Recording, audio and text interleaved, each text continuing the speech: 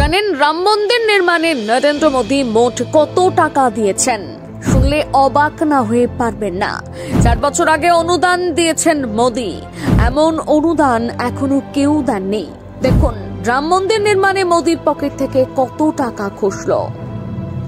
গোটা ভারত জুড়ে এখন একটাই স্বনামধন্য তীর্থধাম, তার নাম হলো রামধাম। রাম ভক্তদের স্বপনে শয়নে এখন শুধুই রাম মন্দির। আপনারা কি জানেন এই রাম মন্দির তৈরিতে ঠিক কত টাকা দান করেছেন ভারতের প্রধানমন্ত্রী নরেন্দ্র মোদী? আপনি কল্পনাও করতে পারবেন না এই অনুদানের মাত্রা।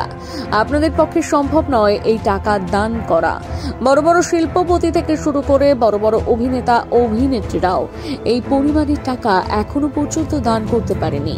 তার এই অনুদান গোটা রাম মন্দিরকে দাঁড় করিয়েছে। তাহলে চলুন জেনে নিই সেই অনুদানের মাত্রা।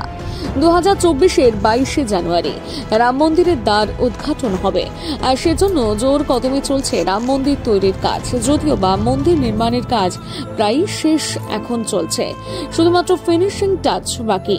কিন্তু এই রাম মন্দির তো আর এমনি এমনি তৈরি হয়নি। এই রাম মন্দির তৈরি করতে লেগেছে কোটি কোটি টাকা। আর রাম মন্দির নির্মাণের জন্য সকল ভক্তরা দুহাত খুলে টাকা দান করেছেন।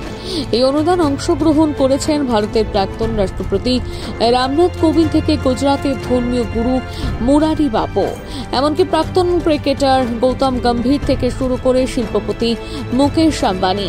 সেই তালিকায় রয়েছে প্রধানমন্ত্রী নরেন্দ্র মোদী। সকলকে অবাক করে দিয়ে তিনি অনুদান করেছেন মাত্র 1 টাকা। আর 5টা সাধারণ শিল্পপতির থেকে এর মাত্রা কয়েকশো গুণ কম। এখন অনেকে মনে করবেন যেখানে সকলে এত এত টাকা দান করেছেন, সেখানে দেশের প্রধানমন্ত্রী হয়ে তিনি মাত্র 1 টাকা দান করলেন। হ্যাঁ, বিষয়টি একেবারেই সত্য, কিন্তু এর পেছনে রয়েছে আসল কারণ। কি কারণ তাহলে চলুন জেনে নিই। 2019-এর 9 নভেম্বর সুপ্রিম কোর্ট মামলার নিষ্পত্তি করে রায় দেয় এই জায়গাটি রামের জন্মস্থান। তার ঠিক পরের বছর 2020-তে রাম মন্দিরের ভিত্তি স্থাপন করা হয়, আর তার জন্য সেখানে গড়ে ওঠে রাম মন্দির ট্রাস্ট। সেই ট্রাস্টে কিছু টাকা অনুদান করতে হবে, তারপরই মন্দির নির্মাণের কাজ শুরু হবে। জানা গেছে মোদী সরকার এই রাম মন্দির নির্মাণ এবং রাম জন্মভূমি তীর্থক্ষেত্রকে অর্থ অনুদান হিসেবে দিয়েছিল 1 টাকা। এই টাকার অঙ্ক নামমাত্র হিসেব দেওয়া হয়েছিল।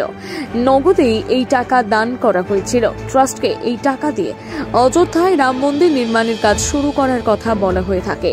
এরপর থেকে শুরু হয় মন্দির নির্মাণের কাজ। এমনকি মন্দিরের ভিত্তি নির্মাণের পর থেকে চালু করা হয় অনুদানের কর্মসূচি।